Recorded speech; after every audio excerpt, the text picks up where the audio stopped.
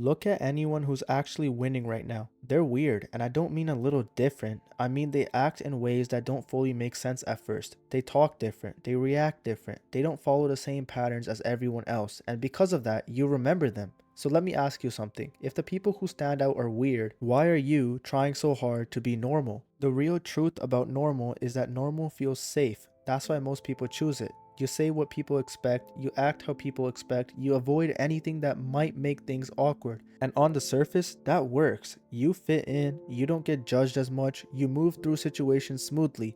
But here's what nobody says. Normal doesn't make you noticeable, it makes you invisible. Because if you act like everyone else, there's no reason for anyone to pay attention to you. And in today's world, attention is everything. Think about the people who you watch, who you follow, who you remember, who you talk about. It's never the most normal person. It's the one who acts slightly off. Look at IShowSpeed. Half the time what he does doesn't even make sense. He's loud, he overreacts, he does things most people would be too embarrassed to do in public. And that's exactly why people watch him, because you can't predict him. Now look at Kai Cenat. Same thing. His streams aren't calm, structured, or normal. They're chaotic, they're exaggerated, they're unpredictable. And because of that, people stay watching. Not because it's perfect, because it's different. Here's the pattern most people miss. Attention follows unpredictability. If I know exactly how you're going to act, my brain stops paying attention. But the moment you break that pattern, my brain locks in. That's not opinion. That's not how people work. And weird people, they break patterns naturally. So if weird creates attention and normal removes it, then being weird isn't a weakness, it's an advantage. Now let's fix something, because when people hear be weird, they think act random, be loud, do something crazy. That's not it. Being weird just means you stop filtering yourself into something predictable. It means if something is funny to you, you don't tone it down so it lands better. If you think differently, you don't reshape it just to sound acceptable. If your energy is higher or lower than the room, you don't force it to match. Weird is just you without editing. So if it's that simple, why don't you do it? Because being weird comes with risk. You might say something and people don't react, you might act differently and people look at you strange. You might not fit the vibe perfectly, and your brain hates that because your brain is built to avoid rejection. So it tells you, just be normal, it's easier, and you listen over and over again until being normal becomes automatic.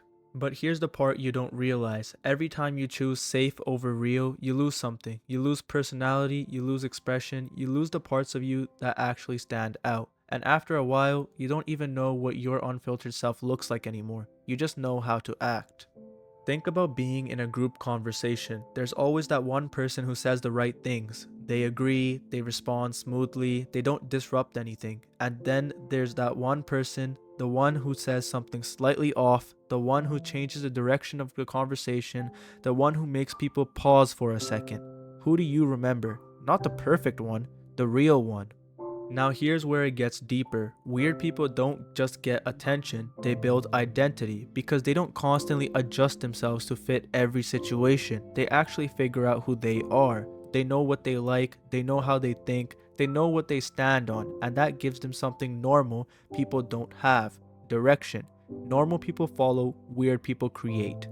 Look at Playboi Carti. His music doesn't follow normal structure, his interviews are strange, his public presence is unpredictable. At first people didn't understand it, but over time, that became his identity. Now you hear something slightly different, and you instantly think of him. That's what being weird does. It creates recognition. Even outside of celebrities, this applies everywhere. If you post content that looks like everyone else, you get lost. Same editing, same ideas, same tone. There's no reason to stop and watch. But the moment something feels slightly different, people pause. That pause is everything. That's how growth starts. So the real question isn't how do I act normal, it's what am I constantly holding back? Because that's your edge, that's the thing that feels slightly risky to show, that's your weirdness, and that's also your advantage. Let's be real though, being weird isn't comfortable. Some people won't get you, some people will judge you, and some people will avoid you. That's part of it. But here's the truth, those people were never going to connect with the real you anyway. They were connecting with that version you created to fit in. When you stop trying to be normal, a shift happens. You stop overthinking every word. You stop adjusting your personality constantly. You stop trying to control how everyone sees you, and instead, you just show up. It's not perfect, but it's real, and real is what people actually connect to. And here's something people don't expect. When you start being more yourself, life doesn't immediately get easier. It actually gets a little more uncomfortable because now you're not hiding anymore. Now people can actually see you, and that means they can judge you, but it also means they can finally understand you. And that trade, that's worth it because being misunderstood while being real is still better than being accepted for something fake. Let's talk about relationships for a second, because this is where being weird matters the most. If you're always acting normal, you attract normal connections, surface level conversations, safe jokes, predictable interactions. Everything feels smooth, but nothing feels deep. Now compare that to when you're actually yourself. Your humor is different, your thoughts are different, your energy is different. Some people won't click with that, but the ones who do, they connect way deeper because they're not connecting to a version of you, they're connecting to you. And that's the difference between having people around you and actually feeling understood. Here's the truth most people avoid. You can spend your whole life being liked and still feel invisible, or you can risk being misunderstood and actually be seen. You don't get both, and the longer you delay that decision, the more time you spend living a version of your life that doesn't fully feel like yours. So it comes down to this. You can keep choosing normal, keep blending in, keep being predictable, keep being easy. Or you can start allowing yourself to be a little more weird, say what you actually think, act how you actually would, and stop correcting every small thing about yourself. Not all at once, just a little more than you did yesterday. Because the goal isn't to become some extreme version of yourself.